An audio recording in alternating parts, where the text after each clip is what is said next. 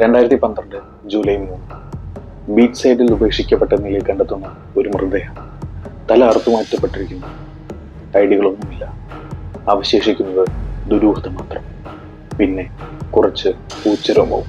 2012 UK മുഴുവനും സെൻസേഷനായ കേസിലെ violence കൊണ്ട് മാത്രമല്ല, കേസ് സോൾവ് ചെയ്ത രീതി വളരെ വ്യത്യസ്തമായിരുന്നു.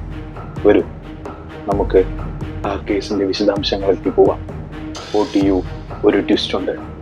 ഇവിടെ real incidents, real crime stories and finally a twist. So again welcome to OTU. ഇന്നത്തെ episode the David Guy murder.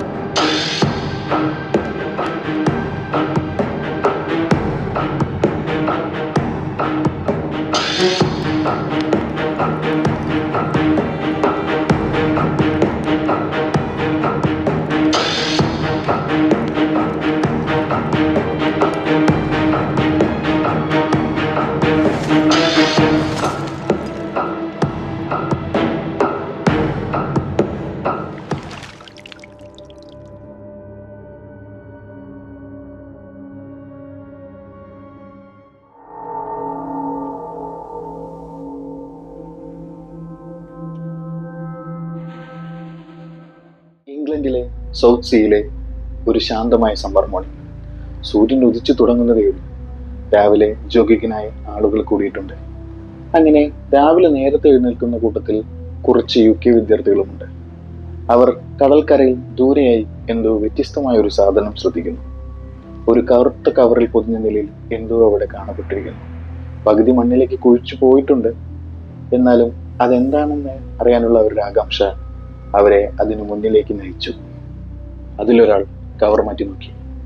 പക്ഷേ അവരറിഞ്ഞില്ല, അവർ കാണാൻ പോകുന്ന കാഴ്ച ജീവിതത്തിൽ ഒരിക്കലും മറക്കാനാവാത്ത, അവരുടെ ദുസ്വപ്നത്തിൽ വന്ന് അവരുടെ ഉറക്കം കളയിക്കുന്ന ഒരു കാഴ്ചയായിരിക്കുമെന്ന് നിങ്ങളും ദിശ കറക്റ്റാണ്.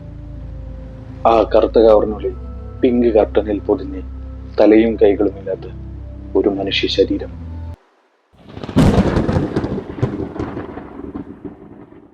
വേഗം പോലീസിന് വിവരം അറിയിച്ചു. മൃതദേഹം ജീർണിച്ചിരിക്കുന്നു. തലയില്ല, ഐഡിയില്ല, ഫിംഗർ പ്രിന്റ്സ് ഒന്നുമില്ല. ഏതൊരു മർഡർ കേസ് സോൾവ് ചെയ്യാനും ആദ്യം അറിയേണ്ടത് ആരാണ് കൊല ചെയ്യപ്പെട്ടിരിക്കുന്നതെന്ന്. എന്നാൽ ഇവിടെ ആരാണ് കൊല ചെയ്യപ്പെട്ടതെന്ന് മനസ്സിലാക്കാൻ പോലീസിന് ഒരു ക്ലൂ പോലുമില്ല. ദിവസത്തിന് ശേഷം കുറച്ച് ശരീരഭാഗങ്ങൾ കൂടി തീരത്തടിച്ചു. കാലും അരഭാഗവും. തലയും കൈകളും ഇതുവരെയും കണ്ടെത്തിയിട്ടില്ല. ആ പ്രദേശത്ത് ഈ സമയത്തെങ്ങാനും ഏതെങ്കിലും മിസ്സിംഗ് കേസ് ഉണ്ടോ എന്ന് കൂടി പോലീസ് അന്വേഷിച്ചു തുടങ്ങിയിരുന്നു. എന്നാൽ ആ സമയത്ത് അവിടെ ഒരു മിസ്സിംഗ് കേസ് പോലും രജിസ്റ്റർ ചെയ്തിട്ടില്ല. ഇപ്പോഴും പോലീസിന് മുന്നിൽ അവശേഷിക്കുന്നത് ചോദ്യങ്ങൾ മാത്രം. ആരാണ് അയാൾ? ആർക്കാണ് അയാളെ ഈ ലോകത്തു നിന്ന് തന്നെ മായ്ച്ചു കളയേണ്ടത്? മിസ്സിംഗ് കേസുകളൊന്നും രജിസ്റ്റർ ചെയ്യാത്തത് കൊണ്ട് തന്നെ പോലീസ് അവിടെയുള്ള പ്രാദേശിക നിവാസികളോട് നിങ്ങളുടെ അറിവിൽ ആരെങ്കിലും കാണാതായിട്ടുണ്ടോ എന്ന് അന്വേഷിച്ചു തുടങ്ങി. അങ്ങനെ അവർ ആ പേരിലേക്ക് എത്തി. ഡേവിഡ് ഗൈ, 30 വയസ്സുള്ള ഒരു യുവാവ്. വാർത്തകളിൽ തലക്കെട്ടാകുന്നതിന് മുന്നേ, ഈ ക്രൂരത നടക്കുന്നതിന് മുന്നേ ഡേവിഡ് ഗൈ ഒരു സാധാരണക്കാരനായിരുന്നു. ആരെയും ഉപദ്രവിക്കാത്ത, സ്വന്തം കാര്യം മാത്രം നോക്കി നടക്കുന്ന ഒരു സാധാരണക്കാരൻ. ബീച്ച് സൈഡിലുള്ള ഒരു ക്യാമ്പർ വാനിലായിരുന്നു അദ്ദേഹത്തിന്റെ താമസം. പറഞ്ഞതനുസരിച്ച് ഡേവിഡിന് ഒരു ഫ്രണ്ട് കൂടിയുണ്ട്, ഡേവിഡ് ഹിൽഡർ. ഹിൽഡറിന് ഡേവിഡിനേക്കാൾ പ്രായക്കൂടുതലുണ്ട്. എന്നാലും ഇവർ തമ്മിൽ ഒരു പ്രത്യേക ബോണ്ടായിരുന്നു എന്നാണ് അയൽവാസികൾ പറയുന്നത്. ചില സമയത്ത് അവരുടെ ക്യാമ്പർ വാനിൽ നിന്നും ഇവർ തുല്ലസിച്ച് അട്ടഹസിക്കുന്നത് കേൾക്കാം. ചില സമയം ഉറക്കെയുള്ള വഴക്കുകൾ. ആരും ചിന്തിച്ചില്ല ഒരു ദിവസം ഇവരിൽ ഒരാൾ മാത്രമേ ജീവനോടെ ഉണ്ടായിരിക്കൂ എന്ന്. പോലീസിന് മുന്നിൽ ഒരേ ഒരു സസ്പെക്ട് മാത്രം, ഡേവിഡ് ഹിൽഡർ. കാരണം വേറൊരാളുമായും ഡേവിഡ് ഗൈക്ക് പരിചയം പോലുമില്ല. സോ ഇത്രയും നാളും കാണാത്ത തൻ്റെ സുഹൃത്തിനെ എന്തുകൊണ്ട് മിസ്സിംഗ് കേസ് കൊടുത്തില്ല എന്ന സംശയം ആദ്യം വന്നു. അതിനുവേണ്ടി പോലീസ് ഹിൽഡറിനെ അറസ്റ്റ് ചെയ്തു. എന്നാൽ തനിക്ക് നേരെ വന്ന എല്ലാ ആരോപണങ്ങളും അവൻ തട്ടിക്കളഞ്ഞു. ഒന്നും സമ്മതിച്ചില്ല. എന്നാൽ തെളിവുകളുടെ അടിസ്ഥാനത്തിൽ പോലീസ് കണ്ടെത്തിയത് ഇതാണ്. ഇമോഷണലി അൺസ്റ്റേബിൾ ആയിരുന്നു. ഹിൽഡറിന് ദേഷ്യം വന്നാൽ എന്ത് ചെയ്യുമെന്ന് ഒരു പിടുത്തവുമില്ല. അങ്ങനെ മദ്യപാനത്തിനിടയിലുണ്ടായ ഒരു പ്രശ്നം വഷളായി അത് മർഡറിലേക്ക് കലാശിച്ചു. അങ്ങനെ ഡേവിഡിന്റെ മൃതദേഹം ഹിൽഡർ വെട്ടിനുറുക്കി കറുത്ത കവറിലാക്കി സ്വന്തം ക്യാമ്പർ വാനിലെ ഒരു പിങ്ക് കർട്ടനിൽ പൊതിഞ്ഞ് സീ സൈഡിൽ ഉപേക്ഷിച്ചു. കടൽ തിരകൾക്കൊപ്പം തെളിവുകളും നശിക്കുമെന്ന് ഡേവിഡ് ഹിൽഡർ വിചാരിച്ചു. എന്നാൽ ഫ്രണ്ട്സ്, ഒരിക്കലും ഒരു ക്രൈമും പെർഫെക്റ്റ് അല്ല. ഇവിടെ ഡേവിഡ് ഹിൽഡറിലേക്ക് എത്തിയത് വെറും കുറച്ച് പൂച്ചരോമങ്ങൾ കൊണ്ടാണ്. അതെ, 6 പൂച്ചരോമങ്ങൾ കൊണ്ടാണ് ഡേവിഡ് ഹിൽഡറിലേക്ക് ഈ കേസ് എത്തിയത്. നിങ്ങൾക്ക് എല്ലാവർക്കും ഒരു ഡൗട്ട് ഉണ്ടാവും, അതെങ്ങനെയാണ് വെറും പൂച്ചരോമങ്ങൾ കൊണ്ട് ഹിൽഡറിനെ കുറ്റവാളിയായി പ്രഖ്യാപിച്ചത്? അന്നേ വരെ ഒരു കേസിലും കോടതി മൃഗങ്ങളുടെ DNA തെളിവായി സ്വീകരിച്ചിട്ടില്ല. ഇതിനുവേണ്ടി UK സയന്റിസ്റ്റ് എല്ലാവരും ചേർന്ന് ഒരു കാറ്റ് DNA ബേസ് തന്നെ ഉണ്ടാക്കി. അതിലവർ 152 കാറ്റിന്റെ DNA സെലക്ട് ചെയ്ത് എല്ലാതുമായി ഇത് മാച്ച് ചെയ്ത് നോക്കി. ആകെ 3 DNA ആയിട്ടാണ് ഇത് മാച്ച് ആയത്. സോ അവർ തീരുമാനിച്ചു ഇത് ഡേവിഡ് ഹിൽഡറിന്റെ കാറ്റിന്റെ DNA ആണെന്ന്.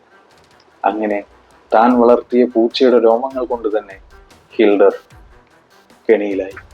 അതാണ് UK തന്നെ ആദ്യമായി കാറ്റ് DNA വെച്ച് തെളിയിച്ച ഒരു കേസ്. അതിനുശേഷം ഇപ്പോൾ നിരവധി കേസുകളിൽ മൃഗങ്ങളുടെ DNA കൂടി അവർ പരിഗണിക്കുന്നുണ്ട്. ഈ കേസിൽ ഇത് മാത്രമല്ല തെളിവ്. മൃതദേഹം പൊതിയാനായി ഉപയോഗിച്ച പിങ്ക് കർട്ടന്റെ ഫൈബേഴ്സ് ക്യാമ്പർമാനിൽ നിന്നും ലഭിച്ചു. പിന്നെ ക്യാമ്പർമാനിന്റെ ഫ്ലോർ രക്തക്കറ കളയാനായി എന്തോ ഒരു കെമിക്കൽ ഉപയോഗിച്ച് കഴുകിയതിന്റെ സ്റ്റെയിൻസും അവിടെ നിന്നും ലഭിച്ചു.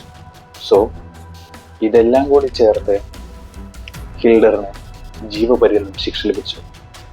ഇത്രയും വലിയ ക്രൂരതയ്ക്ക് ജീവപര്യന്തം മാത്രമാണോ എന്ന് ചോദിച്ചാൽ അവിടുത്തെ കോടതിയിൽ ഹിൽഡറിന് മാനസികമായ പ്രശ്നമുണ്ടെന്നും അത് കാരണം ചെയ്തത് ഹീറ്റ് ഓഫ് ദ മൊമെന്റിൽ നടന്നതാണെന്നും പറഞ്ഞ് വെറും ജീവപര്യന്തമായി 12 വർഷത്തേക്ക് ഒതുക്കി.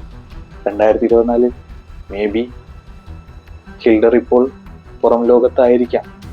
ഈ കേസ് ഫോറൻസിക് ടീമിൽ പുതിയ ബ്രാഞ്ച് തന്നെ തുടങ്ങാനുള്ള കാരണമായി. ഇന്നിപ്പോൾ ഏതൊരു ക്രൈം സീനിൽ നിന്നും അനിമൽ DNA കൂടി ടീംസ് കളക്ട് ചെയ്യുന്നുണ്ട്. ഈ ശരീരഭാഗം മുഴുവനായി ലഭിച്ചില്ലെങ്കിലും നീതി ലഭിച്ചു. എന്താണ് നിങ്ങളുടെ അഭിപ്രായം? ഈ ക്രൈം സ്റ്റോറി നിങ്ങൾക്ക് ഇൻട്രസ്റ്റിംഗ് ആയി തോന്നിയെങ്കിൽ just subscribe to my channel OTU. അടുത്ത എപ്പിസോഡുമായി കാണാം. Until then, stay curious.